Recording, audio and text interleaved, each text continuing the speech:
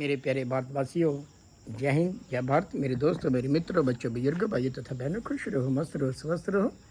कुछ नए अल्फाजों के साथ आप जी के समक्ष कहते हैं कि अच्छे इंसानों का या बुरे इंसानों का नाम तो दोनों का ही आता है। इतिहास साक्ष्य है, गवाही इस बात का कि अगर रावण का जिक्र होता है तो भगवान श्री रामचंद्र जी का भी जिक्र होता है। लेकिन फ़र्क कहाँ आता है? भगवान श्री रामचंद्र जी को लोग याद करते हैं श्रद्धा के साथ, उनकी प्रेरणा को याद करते हैं, उनके बताए हुए मार्ग के ऊपर चलने का भी प्रयास करते हैं और दूसरों को प्रेरणा भी देते हैं।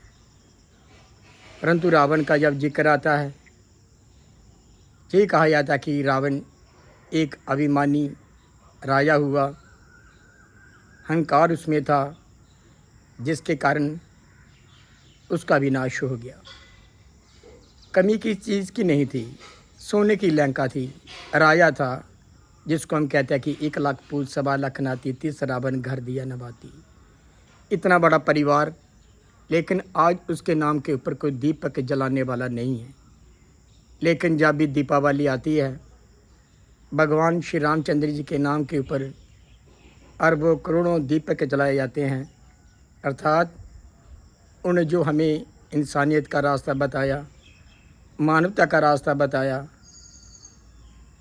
उसी के ही अनुसार इंसान जब जीवन व्यतीत करता है, अर्थात जिस घर में, जिस परिवार में श्री रामचंद्र जी का जिक्र होता है, जहाँ उनकी प्रेरणा अपनाई जाती है, वो घर एक स्वर्ग बन जाता है।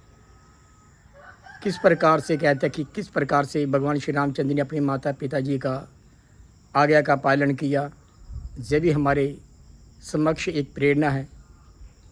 जो बच्चे अपने माता पिता की आज्ञा का पालन करते हैं, उनका इतिहास के अंदर नाम रोशन मीनार होता है। वो हमें एक मार्ग दिखा के गए हैं।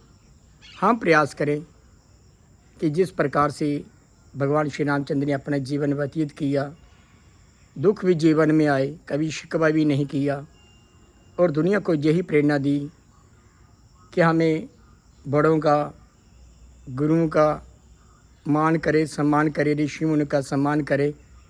इसी प्रकार से आज उनका नाम इतिहास के पन्नों में सुनहरी अक्षरों में लिखा जाता है और बड़ी श्रद्धा के साथ उनका नाम भी लिया जाता है, उनकी प्रेरणा को याद भी किया जाता है और प्रेरणा को अपने जीवन में अपनाने का प्रयास भी करते हैं।